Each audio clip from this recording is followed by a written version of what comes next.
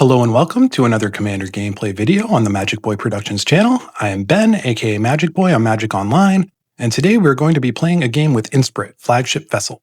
Before we get started, I wanted to thank all of my subscribers. It's been really awesome seeing the channel basically double in size in the last week. I've added shorts to my content roster and some exciting plans for the channel, so definitely subscribe if you'd like to start seeing more of my content. Speaking of shorts, I'm releasing a rapid fire deck tech for this deck today as well, so you can check that out. There'll be a link in the description. But this is effectively an artifact aggro deck. Inspirit is a Jeskai cost spacecraft. Station to 1, it lets you put a 1/1 counter or 2 charge counters on another target artifact. And station to 8, it becomes a 5/5 flyer that gives all your other artifacts hexproof and indestructible. So this really lends itself well to an aggro game plan. The deck does kind of straddle aggro and midrange. I call it aggro because we're really looking to play a lot of creatures instead of the mana rocks or ramp spells that you usually expect from the more mid-rangey commander decks. And then we leave the card draw and ramp to some shenanigans with charge counters and Inspirit. This is the second draft of the deck effectively. I played a few games with it and wasn't really happy with the performance, so I lowered the curve, added some more aggressive creatures, and I'm really happy with the results. I do have some ideas for some upgrades, but let's go ahead and get into the game.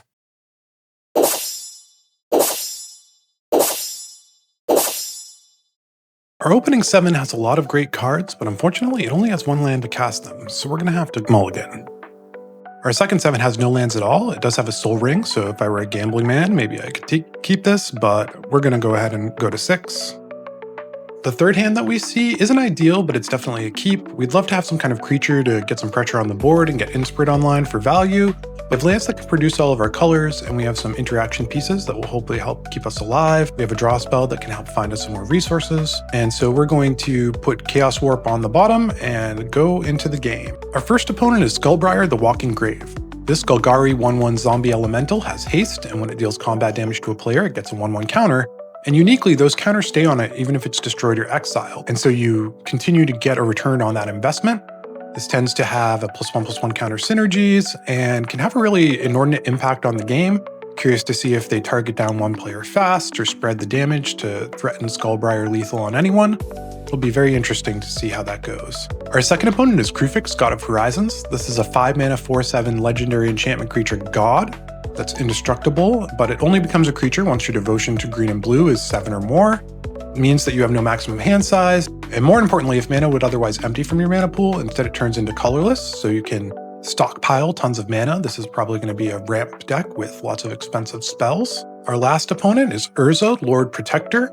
It's a 3-mana Azorius 2/4 human artificer that makes it so that artifacts, instants, and sorcery spells you cast cost 1 less. And for 7 mana, you can combine it with the Might Stone and the Weak Stone and turn it into Urza Planeswalker, a superpowered Planeswalker that can activate its loyalty abilities twice each turn rather than just once.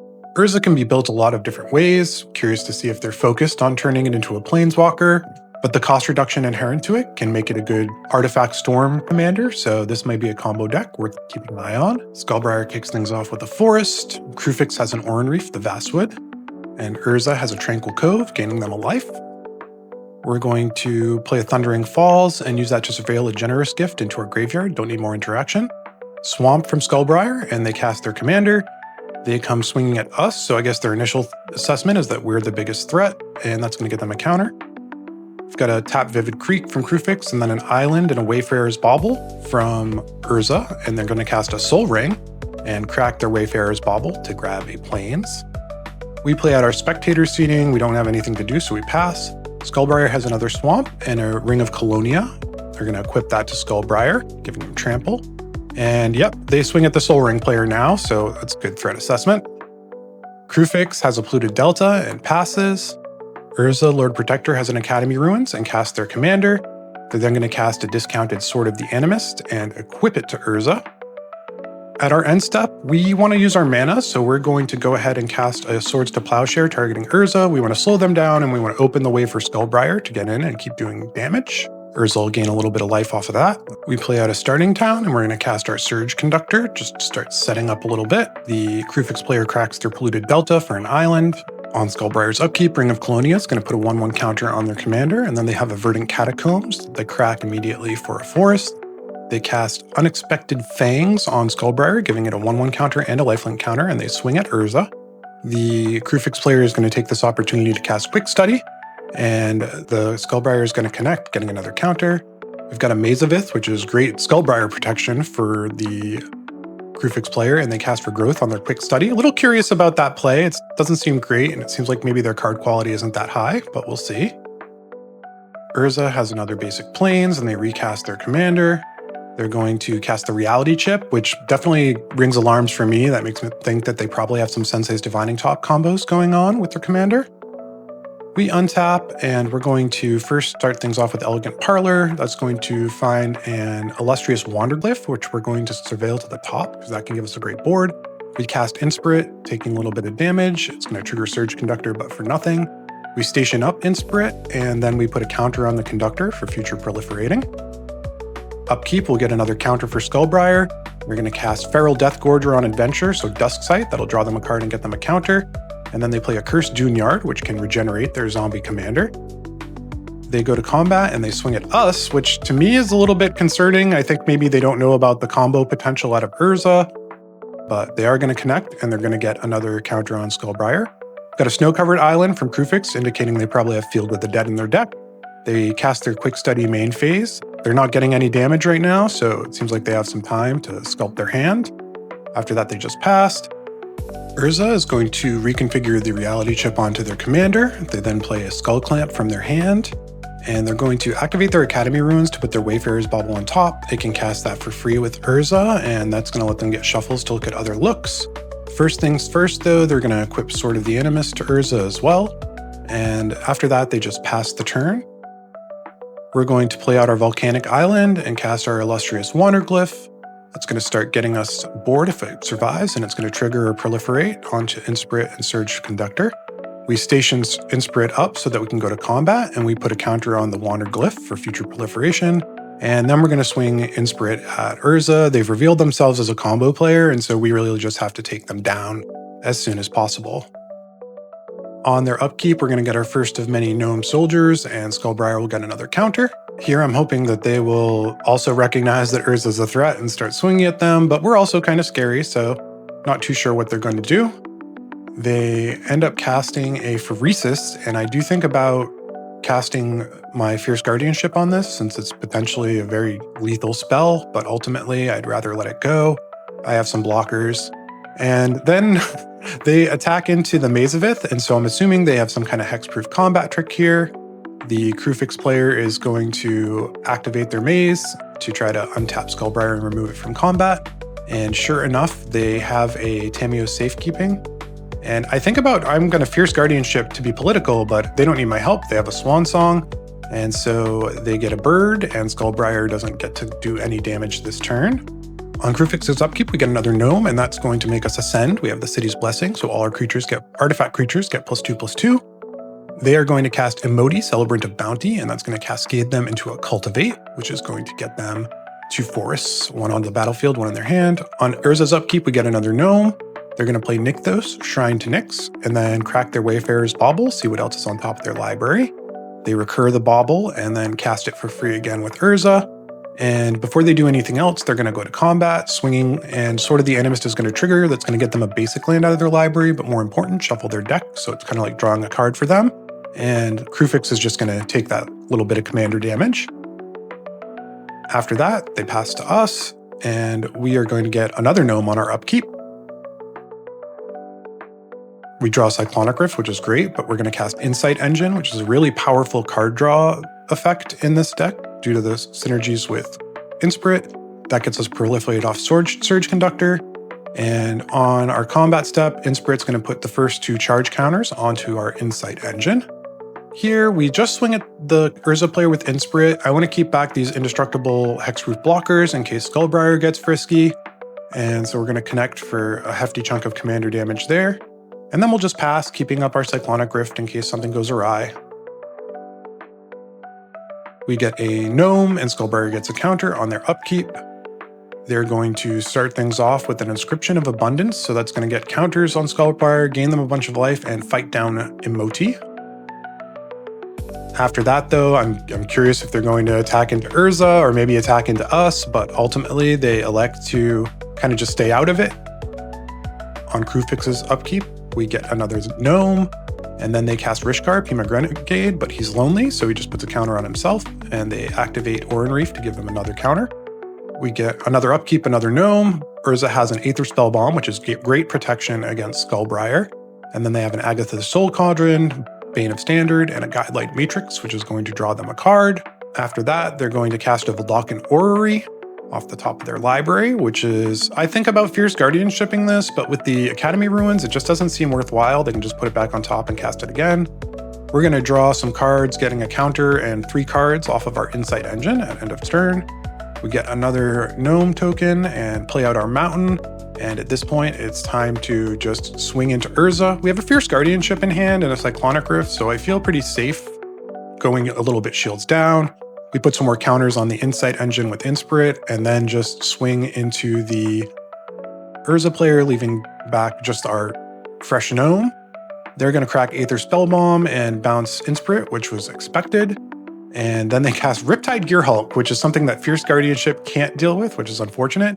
The Crewfix player plays Lazotep Plating, amassing a Dombey army and protecting their stuff. But Riptide Gearhulk only has eyes for us. It's going to tuck our Surge Conductor. And that's kind of unfortunate that we've run into this situation here. They don't target anyone else's permanents, which is a little weird to me.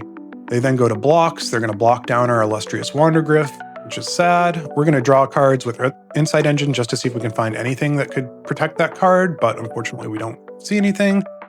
But we do get through for a very healthy smack them down to 7. After that, we are just going to cast an Arcbound Ravager, and they're going to use Agatha's Soul Cauldron to exile our Wanderglyph and put a counter on their Gearhulk.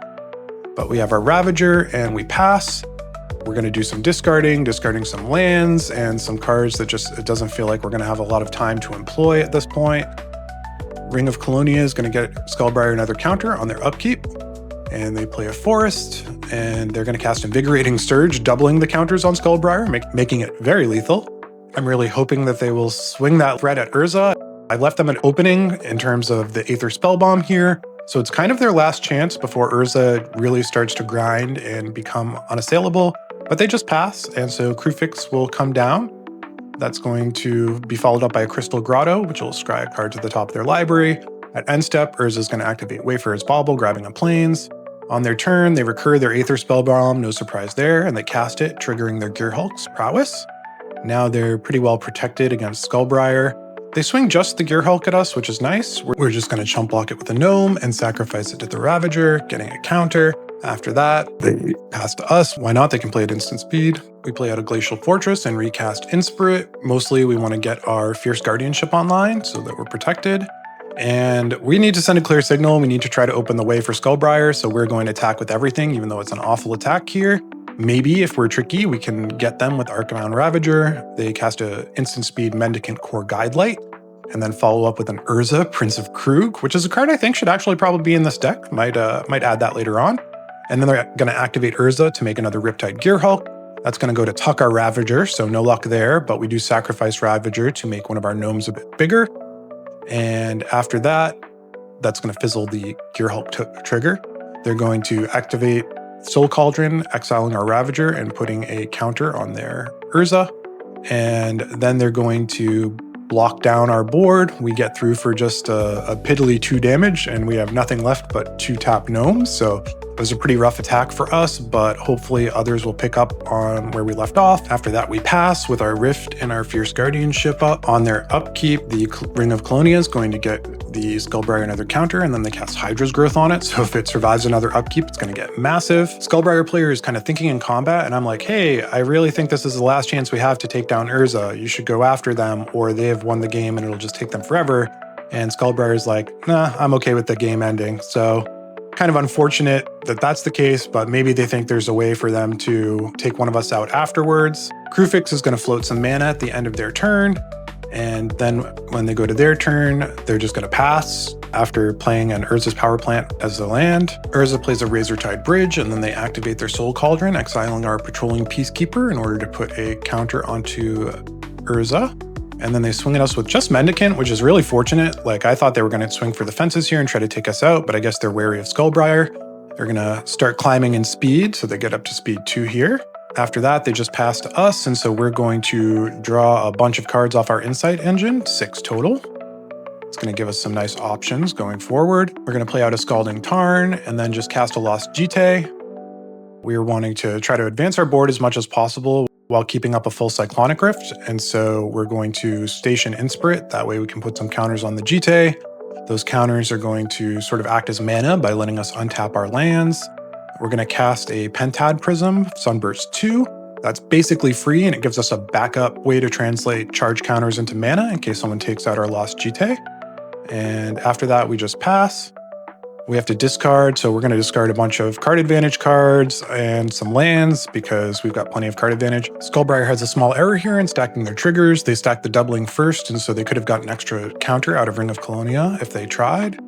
They're going to surprise us by attacking into the Kruphix player, and Kruphix is going to untap the maze, so I thought they might have another trick, but it looks like they have nothing. Kruphix takes this opportunity to cast a Chord of Calling with X equal to 6. That's going to grab them a Prime Speaker Zagana out of their library, and with the trigger on the stack, they add a counter with Oran Reef, so they get to draw a total of 6 cards. And after that, they just float some mana. Skullbriar doesn't do anything, and the bird connects. On their turn, they play an Urza's Mine into a Rampant Growth. It's going to grab them another basic forest. And then they're going to cast Kasmina, Enigma of Sage, a pretty cool planeswalker. That's going to scry a card to the top of their library. And then on their end step, Urza is going to use their Academy Ruins to recur a Wayfarer's Bauble. They cast that, and with it on the stack, they cast Mordenkainen. Both of those are going to trigger the Riptide Gearhulk, but it doesn't matter at this stage of the game. Mordenkainen resolves, the triggers resolve, Wayfarer Bauble resolves.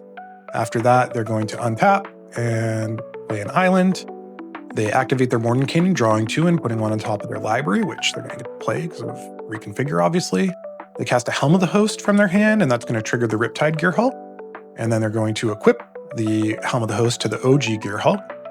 This is the point where, for some reason, Skullbriar concedes after not having tried to affect either of the players in command of the game, so not sure what's going on there, but I hope they had a good time. Urza has an Assimilation Aegis triggering their Gearhulk. That's going to come down and exile Prime Speaker Zagana, and Aegis is cool. They could make one of their creatures Zagana by equipping the Aegis to it if they wanted to. They correct their Wayfarer's Bauble, grabbing another Plains and getting another look at the top of their library with Reality Chip, and so they're going to cast a Sword of Truth and Justice from there, triggering their Gearhulk. They equip the Sword of Truth and Justice to the big ol' scary Gearhulk with the helm on it, and on combat, that's going to make a copy of the Riptide Gearhulk, and the Gearhulk trigger is going to tuck just our gnome. So we have no blockers, we're supposedly defenseless. They go to combat, and they swing a Gearhulk at us, they swing a Gearhulk at Kasmina, and then they swing a Mendicant and another Gearhulk at the Kruphix player. And so they're going to unleash an Aether Spouts, which we like to see. We have a fully spreed 3 steps ahead from the Urza player, but we're going to slam a Fierce Guardianship to take that out, and so Aether Spouts will clear the board. And this has left us a bit of an opportunity here. I thought I was out of this game, but because they've spent so much mana on their 3 steps ahead, we can crack our Scalding Tarn, which amusingly is going to get them up to speed 3. But we're going to grab a Tundra, and we're going to use that to overload a Cyclonic Rift. You know, sometimes the classics are just really great. This is going to bounce everything, and because Assimilation Aegis goes back, Prime Speaker Zagana comes out and draws them a card. We're going to untap, and we're going to try to destroy Urza with as few resources as possible, since we still have a Kruphix with 10 cards in hands to deal with. We equip Lost Jite to our heroic lone remaining gnome soldier, and then we're going to put charge counters on the Jite with our Inspirit and swing in, and we remove the counters to add +1/+1 counters to the gnome. And Urza doesn't have anything, so we connect for 5, and it's good game to them, and I mean that sincerely. I really thought they had this game. Their deck performed incredibly well, and they did a good job of navigating the politics, so good games to them. We follow up with the Surge Conductor in our second main phase to start getting things built back up. Kruphix has a Simic Growth Chamber, and they tap their forest to add some mana first. They have a Rashmi Eternity's Crafter, which is quite an engine, so we're going to have to do something about that. And then they have Rishkar. Rishkar is going to enter and put 2 1/1 counters on Zagana and Rashmi, and then Oran Reef will put a counter on Rishkar. At our end step, we're going to add an 8th counter to the Insight engine and draw 8 cards, so we've got plenty of options now to deal with Kruphix. We play a Spire of Industry, and then we're going to cast Sundering Eruption to take care of the Maze of Iths so that we can start doing some effective attacking. After that, we're going to cast Alibu, Ancient Witness. That's going to help let us answer the Rash Me, and it also gives us a bunch of proliferate triggers off the conductor. We're going to untap some lands and then crew up Inspirit further so that it's a creature. That way we can go to combat. And we're going to cast Kappa Cannoneer. This is going to let us improvise all of our non-creature artifacts, and that way we get maximum value out of the Alibu trigger. I screw up my triggers here. I could have gotten an extra counter if I laid them differently, so the Surge Conductor proliferated, but oh well. We're going to put some more counters on the Jite with Inspirit, and then we swing with everything that we can swing into Crufix, and Alibu is going to direct 8 damage at Rashmi and let us scry 8. We scry 7 mana sources to the bottom, but keep a very spicy Wake the Past on the top. They're going to take a big hit here, halving their life total from 34 to 17, and we get another GT counter, which is nice. After that, we're just going to pass. We discard a bunch of cards we're happy to reanimate with Wake the Past next turn, if that's the line we choose to pursue. Crufix has a snow-covered forest into a Brainstorm. The fact they're opening on that is a great sign for us. It means they're digging. They cast a Findhorn Elves, and then they're going to follow up with Trackdown, a card I've never seen before, but that's going to scry 3 cards to the bottom and find them Old Gnawbone, which they cast. That's kind of threatening, and so when they go to attacks, I don't want to let them have any more mana, so I'm going to untap lands with my charge counters, and then I'm going to attempt to sink into Stupor on the Old Gnawbone in combat. And they activate Oran Reef, and then they cast in a Gate, which is going to allow them to connect and get 5 treasures, but they don't have a follow-up. We're going to try to end things without combat, so we play an Arid Mesa and cast All Will Be One. This is going to allow us to convert stationing into damage, so we station the Gnome token and fling 7 damage at them, and then the Conductor, lightning bolting them, and then we tap Alibu, sending 4 damage at them, and we finish them off by tapping our Kappa Cannoneer, and we're going to win the game. Wow, I really did not think I was going to be winning that one. Cyclonic Rift is obviously a powerhouse, it's a game changer, but I really do think it's at its best in aggressive decks that can capitalize on the huge amount of tempo that it buys you. Definitely be sure to like, subscribe, and most of all, comment. I'd love to hear from you if you have any thoughts on videos you'd like to see from the channel or commanders you'd like to see me play. I'm still working on my way through some Edge of Eternity's commanders. I've got a few more of those videos coming. And after that, I'll be opening things up and taking subscriber suggestions or building decks that I'm personally interested in. That's going to do it for today. Good luck and have fun in your future endeavors. Magic Boy out.